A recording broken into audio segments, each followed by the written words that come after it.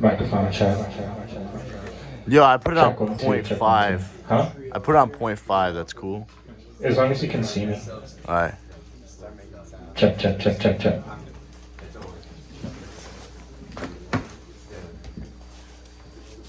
Do you want more or a little less? I'm good here. Yeah. Okay, hello everybody. My name is Harrison Clark. For the next 30 minutes or so, I'm going to be speaking to you through this microphone in various ways. I'll just begin.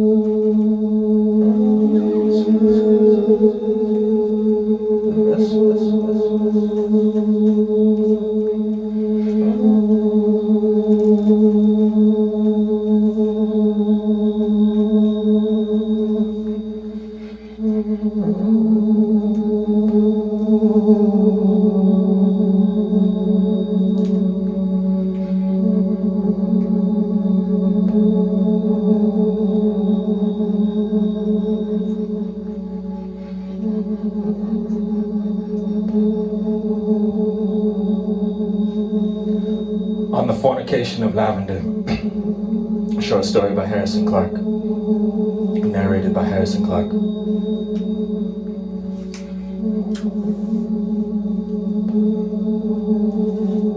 It's not that I was incapable of building the vessel. I had all of the materials and was of able body and strength. I had my measurements double and triple checked by friends, enemies, and followers, and had no doubts that they were correct. But no matter what I did, my vessel wouldn't run. News of followers completing their vessels seemed to pour from the sky with a new kind of violence every day. And after a 10th person reported their success and documented it in great detail, I decided to withdraw myself from my prophecy. My first attempt at the vessel I expected to fail. I moved on immediately and made a list of things I would do differently. The second time I changed what I needed to change, but also caught myself changing things that I didn't need to change. And so when I went to debrief my failure, it was unclear what I had done wrong. For the third attempt, I went to Liz.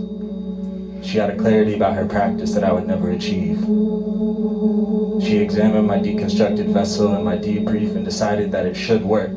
It doesn't, I said. And she shrugged and sat down to roll herself a spliff. In the sort of catastrophic rage that I had become accustomed to, I destroyed my half-built vessel with a steel leg that was 3/4 of an inch too short. Liz didn't move or acknowledge me until I flung the bar in the direction of the couch. Then, she calmly gathered her belongings and walked out. I decided that my only path forward was to go home and become naked, both to the eye and in print. When I did dress, I dressed in deep forest jade, and when I spoke, it was in a voice at least an octave above my custom. There was almost never anyone to listen, and so my falsetto flew on wind and houseflies, searching for a home where I could keep my testicles in my stomach.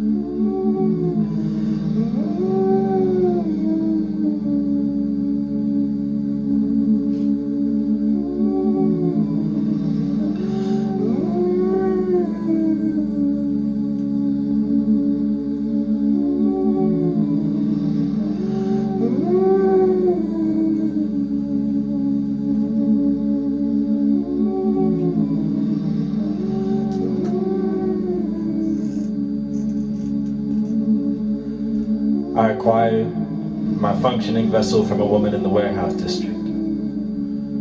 Her Craigslist ad contained the middle 3 lines of my manifesto, and as soon as I read them, I knew that she had taken up my work and succeeded where I had failed.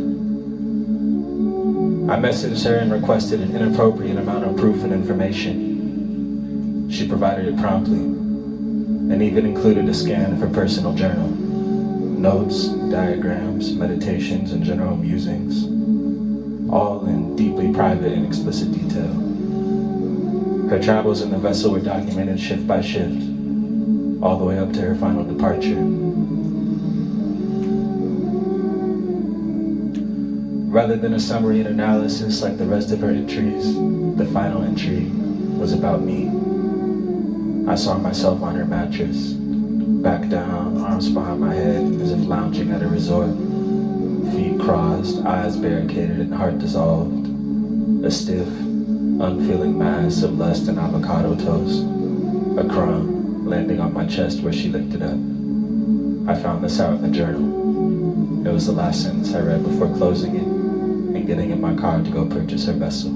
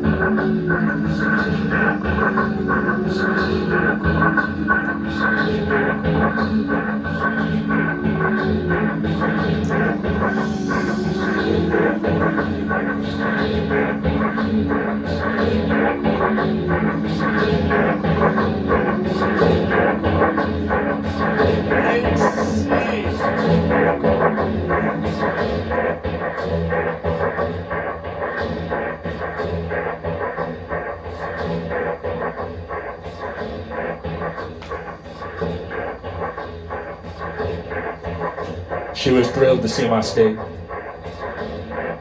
I was annoyed to see hers. Her space made it clear that I was speaking to a superior. The prize of my existence sat in a corner of her workspace under a tarp and bungees. I asked her for solitude as I dissembled it for transport, but she declined. And we shared a room wordlessly until I had finished my task. I returned home with tears and without my cash. I hardly even wanted to put the vessel back together. It sat outside in my truck for a week before I thought to check on it. The thief had come by and left it, but also left me a note with my same 3 lines. They knew that would be more hurtful than taking the parts. It must have been someone who used to believe in me. When I finally got to putting the vessel together, it ran perfectly. Everything was just as I had envisioned and designed, even down to the buttons, which were all slightly different shades of green and could be randomly rearranged by stomping on the purple floor tile. I closed my eyes and waited.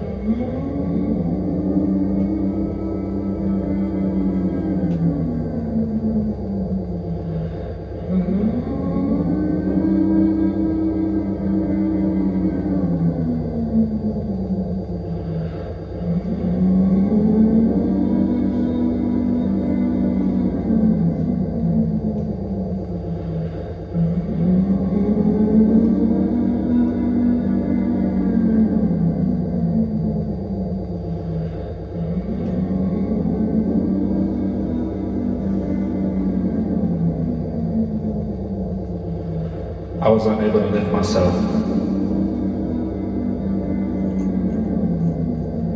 I was unable to lift myself. The shades of green and all of their possibilities taunted me from the dashboard of the vessel, each light appearing and then blinking away with no obvious cohesion. I was trying to head north, but I became entirely still and directionless, and it was irresponsible to make any further assumptions about where I may land or belong. One of the snacks I had packed in the drawer had spoiled. It seemed too soon, but when I opened it, the rotting bits dribbled onto my thumb. I recoiled, dropping the organism onto the dashboard where it somersaulted and then leaped onto the emerald button. When my awareness reset, I was wearing the earth. Soil for lowers, moss for uppers, with webbed feet, water between my ears, and an unconscionable lust for cunnilingus. I ordered the chai latte and sat across from myself. I reeked of a fragrance laced in lavender, and after I spilled my drink across my lap, chai. As if sitting behind a wall of glass in the terminal and watching a dreamliner reverse onto the tarmac, I watched myself rise and waddle to the bathroom to dab at my stain. I almost started to give myself a fresh pair of pants, but decided against it. And by the time I had returned, I was fully convinced that I had severely misguided myself and anyone who had read my work.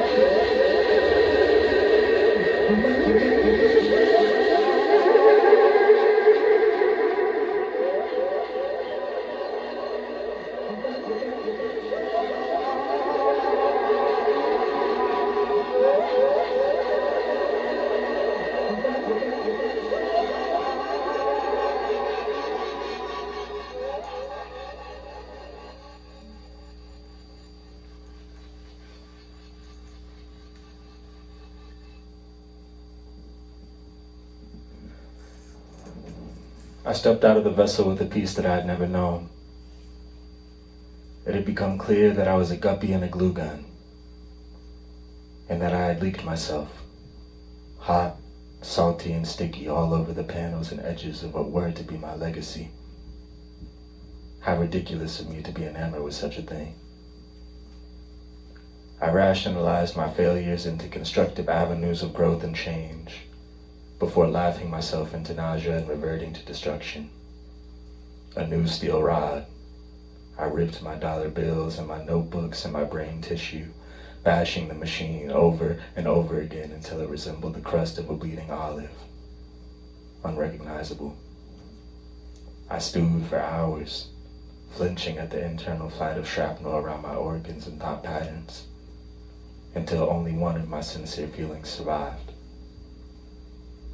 I called back the constructor of the vessel and sheepishly offered her my services. She initially declined, but called back a few moments later and had changed her mind. With my tongue, I wrote out my entire manifesto on her chest, stomach, and with her eyes, she devoured me. And so it was all fulfilled.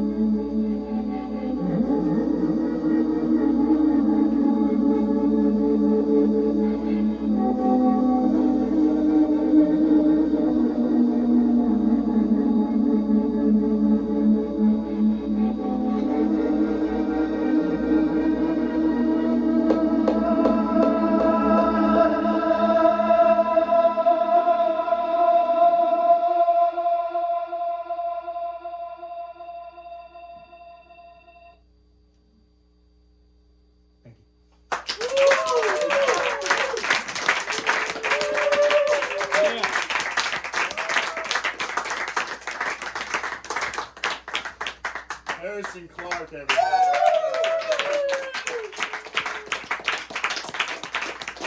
I wanted to say thank you so much for coming out tonight. It's really a pleasure to see so many people.